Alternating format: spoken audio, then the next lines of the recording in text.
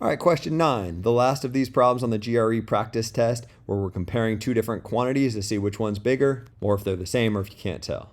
This one deals with a normal distribution. So it's kind of testing whether you took an intro to statistics class and learned the very basics of that class.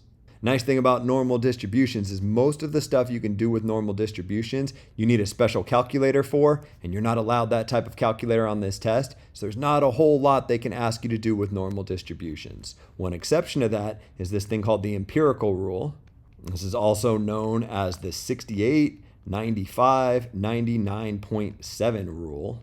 And what this rule does is it describes a normal distribution. When you have a normal distribution, you're always thinking about this picture where we have this symmetric bell curve. That's a pretty decent looking one, where the mean is in the middle, and then you count up and down by the standard deviations. So in this case, the mean is 200. I put 200 in the middle, and then I'm going to count up and down by tens. And you want to space things out so that by the time you're 3 standard deviations above the mean and 3 standard deviations below the mean, you're pretty far out into the tail of this distribution.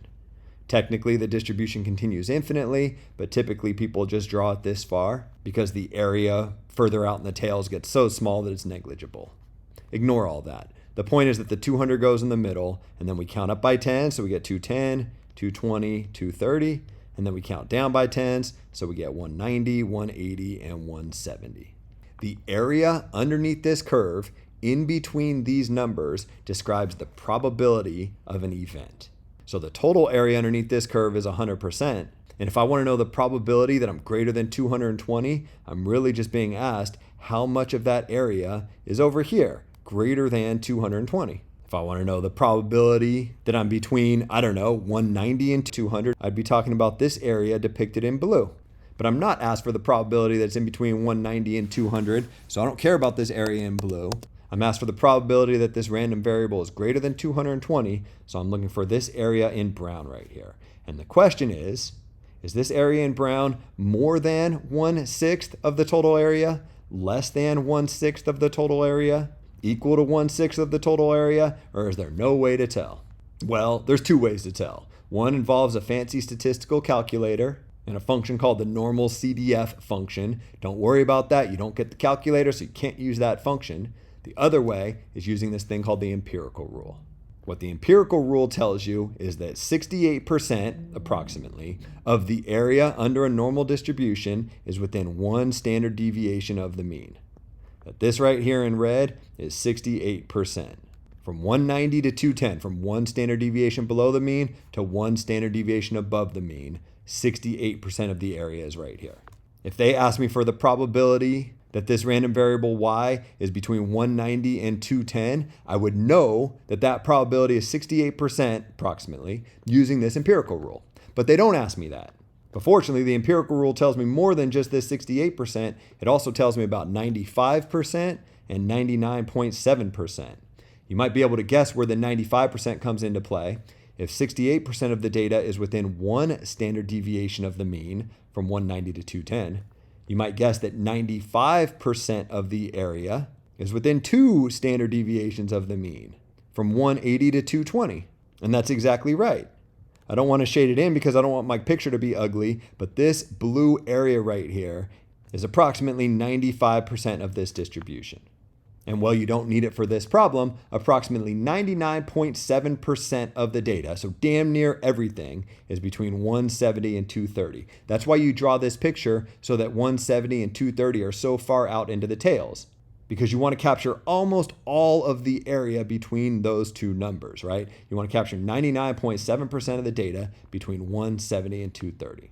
I'm a little low on room, but for the visual learners out there, this area that's outlined in green right here is the 99.7.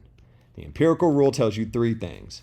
It says that if you have a normal distribution, approximately 68% of the data is within 1 standard deviation of the mean, 95% of the data is within 2 standard deviations of the mean, and 99.7% of the data is within 3 standard deviations of the mean. You're like, oh my God, there's going to be so much to memorize. I'm never going to remember all that. Well, if I had to guess, the only one of these 3 this test will ask you about is this 95. This is certainly the most important fact. It's possible they ask you about the 68. It's pretty unlikely they ask you about the 99.7. So you're like, okay, so quantity A is 95%? No. Remember, quantity A is this area shaded in brown. 95% is the area outlined in blue. Maybe I need to redraw my distribution. I got 200 in the middle. I count up and down by tens. If I count up 2 tens, I get to 220, and count down 2 tens, I get 180. And because I'm considering 2 standard deviations above and below the mean, I know that the area in between those points is 95%. Unfortunately, this question is not asking for that area. It's asking for the probability that this random variable y is greater than 220, what's shaded in brown in this picture. Fortunately, if you know that this is 95%, you can figure out what this area is. You can calculate it exactly, or you can ballpark it for the purpose of answering this question. I'm going to calculate it exactly. So if the area shaded in blue is 95%, and the total area underneath the curve is 100%, then I know there must be a total of 5% in the red and brown regions combined.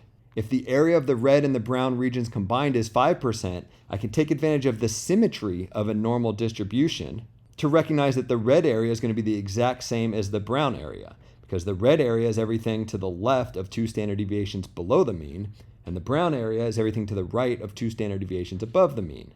So red and brown together is 5%, and red and brown are the exact same, so red and brown must each be equal to 2.5%. Quantity A is the area in brown, which is approximately 2.5%. 2.5% is a lot less than 1/6. 1/6 is approximately 17%. Do 1 divided by 6 in your calculator if you want. Quantity A is significantly less than quantity B, so B is the correct answer.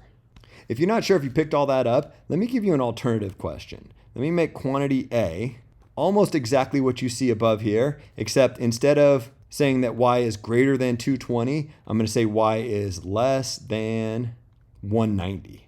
And instead of quantity B being equal to 1/6, let's make it 1/7, just to change the numbers up a little bit. I think what you'll find is that quantity A will be about 16% and quantity B will be about 14%. So in this new problem, A would be the correct answer.